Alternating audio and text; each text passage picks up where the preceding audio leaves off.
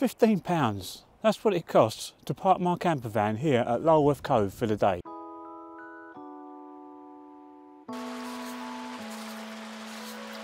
To be fair, if you're in a car, it's only £10, but when you bear in mind all you get for that is a little bit of grass to park your wheels on, I don't think only is really the right choice of words, is it? It has to be said though that if you do come here, it's a place that will stay in your memory for some time, and not just because you'll still be paying off the overdraft. So is it actually worth it?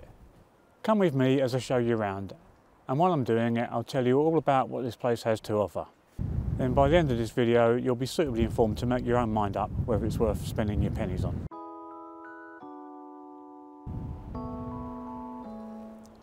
It's quite a remarkable shape for a cove, very round. It's all a result of the unique geology of the area.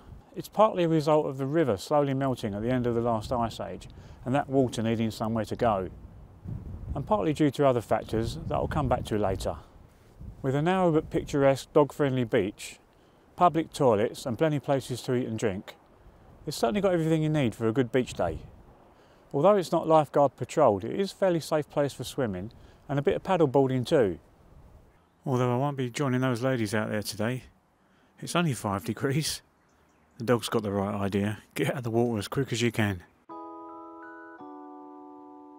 On a nice summer's day you'll get quite a few pleasure boats come into the harbour and moor up for a while, and in my opinion that just makes paddling around them that much more interesting.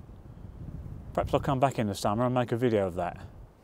A local company run kayak trips from here, and they also do a thing called coasteering, which, if you haven't heard of it, it's a mixture of kayaking and rock climbing. Sounds quite interesting. They go around exploring the coastline here looking for coves and caves. For example, just the other side here, there's a place called Stair Hole. It's reputed to be the inspiration for Enid Blyton's The Rubber Dub Mystery.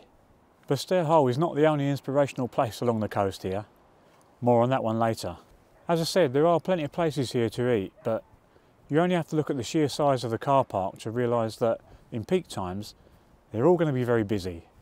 The Lulworth Cove Inn looks like a nice place to eat, but again you'll be lucky to get a table unless you visit midweek and out of season at that. A quick look at their menu shows it won't be the cheapest place to eat either, and when you bear in mind how busy they're going to be, they're not going to be able to show you the level of personal service that you might expect for that price. I think this is a great place to come with a packed lunch. Although saying that, I haven't bought a packed lunch today. There are 4 fishing boats that run out of Lulworth Cove, and one of them is operated by a man called Joe Miller, Joe's family had been fishing since 1687 when his ancestor Henry Miller set up a fishing business in the nearby village of Tyneham. Now that's a place with a story to tell.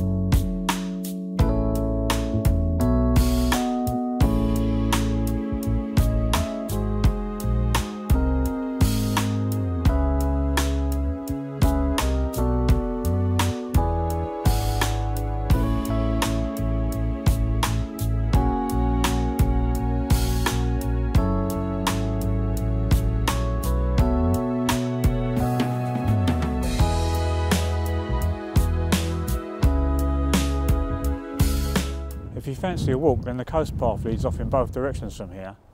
A short walk up the road leads you to a path on the right. From there the path takes you through the army firing ranges and to 2 very spectacular bays. The second of which, Warbarrow Bay, is just a short walk from the forgotten village of Tyneham that I mentioned earlier. If you want to see what that looks like and learn a little bit more about Tyneham, then click on the link at the top. Follow the path for about a mile in the other direction and it leads you to the spectacular site of Durdle Door. So if you want to see that in all its beauty and learn a little bit more of the geology of this area, then click on the link at the bottom. Hope to see you over on one of those.